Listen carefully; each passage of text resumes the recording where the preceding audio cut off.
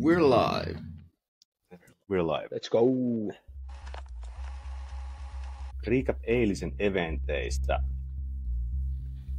Te menitte Duckway Brandonin lämmittelemään tai laittaa takkaa sinne. Ja sitten Brandonin nenästä alkoi tulla jotain outoa limaa. Kaikki pelaajat poistu paikalta. Tuu hyvin alkaa.